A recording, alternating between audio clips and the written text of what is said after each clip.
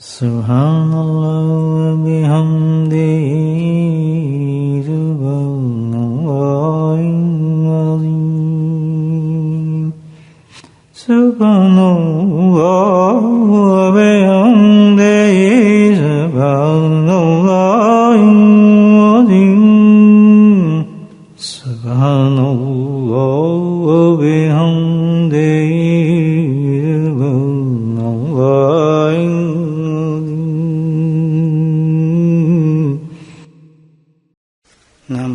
صلی اللہ رسول کریم اما بعد. اللہ سبحانہ تعالیٰ کا کروڑ شکر ہے کہ اللہ پاک نے ہمیں رمضان کی نعمت سے پھر نواز دیا.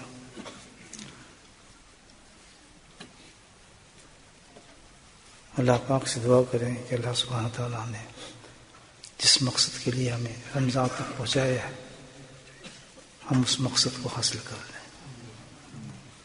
یہ بالکل میں نہ تقریر کر رہا ہوں نہ کوئی ایسی بات نہ اس میں کوئی بناوٹ ہے. میں نے جو آج سفر کیا ہے اور آپ تک پہنچا ہوں اس خانقاہ میں تو صرف ایک ہی مقصد کے لیے، کیونکہ آج رمضان شروع ہے، ابتدا ہے. جس چیز کی ابتدا خوبصورت ہوتی ہے تو اس کی انتہا بھی خوبصورت ہوتی ہے. تو یہ بہت بڑا کرم ہے الحمدللہ. اللہ کو مجھ پہ بڑا احسان ہے، بڑا کرم ہے کہ مجھے اللہ نے توفیق دی کہ سفر کر کے آپ جیسے نیک انسانوں میں بیٹھنے کی توفیق نصیب فرمائی. اب بات صرف اتنی ہے کہ اللہ پاک نے ہمیں رمضان دیا کس لیے. میرے بھائیوں، اللہ پاک خبیر و بصیر ہر چیز کو جانتا ہے. ہمیں اپنی زندگی کا پتہ نہیں کہ کس وقت آ کر ہماری زندگی کا سورج غروب ہو جائے اور قبر ہمارا مقدر بن جائے. یہ ایک اللہ سبحانہ تعالیٰ کی رحمت اور کرم ہے کہ انسان کو یہ موقع نصیب فرما دیتا ہے. بہت ہی قیمتی اللہ نے یہ نعمتیں دی ہیں رمضان کی. اس کا مقصد کیا ہے اور رمضان کا میسج کیا ہے یہ سن لیں آپ. لا الہ الا اللہ نستغفر اللہ ونسلک الجنۃ ونعوذ بک من النار. یہ میسج ہے رمضان کا. یہ دعا پڑھنی ہے ہم نے اس میں. پہلے ذکر، توبہ، اور پھر کیا کہا کہ اللہ تعالیٰ مجھے جنت عطا فرما اور دوزخ سے بچا دے. یہ رمضان اللہ نے دیا اس طرح کہ ہم نے جو میسیج رمضان کا یہ ہے کہ ہم نے اللہ سبحانہ تعالیٰ سے اپنی بخشش کرانی ہے کہ اللہ تعالیٰ ہمیں بخش دے. موت کا پتہ نہیں تو اللہ سبحانہ تعالیٰ کہتا ہے کہ ضرور تم اس سے بخشش مانگو گا میں تمہیں بخش دوں گا. اس پہ اللہ کے پیارے نبی کریم سرور عالم صلی اللہ علیہ وسلم نے اس امت پہ پھر ایک بہت بڑا احسان کیا. ظاہر ہے کہ بہت بڑی چیز ہے بخشش ہو جائے انسان کی، بہت بڑی چیز ہے. اپنے گناہوں کی طرف دیکھیں، اپنے حالات کو دیکھیں، کچھ چانس نظر نہیں آتا. تو اس 30 دن جو بہت تیزی سے گزر جائیں گے، اللہ کے نبی نے ایک بہت ہی آسان طریقہ ہمیں بتا دیا. حضرت عمر رضی اللہ تعالیٰ اس حدیث کو روایت فرماتے ہیں، فضائل اعمال میں یہ حدیث ہے. بس یہ سمجھ جائیں یہ کام ہم کریں جو اللہ کے نبی فرما رہے ہیں صلی اللہ علیہ وسلم. انہوں نے کلو دیا ہے کہ تمہاری اس طرح سے بخشش ہو جائے گی فوراً.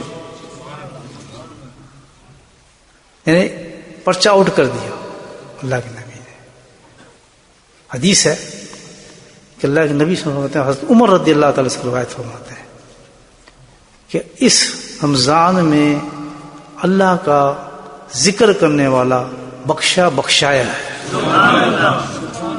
بس کتنا آسان طریقہ ہے. بس ہمیں بھی چاہیے کہ الحمدللہ رمضان میں ہم کثرت کے ساتھ اللہ کا ذکر کریں.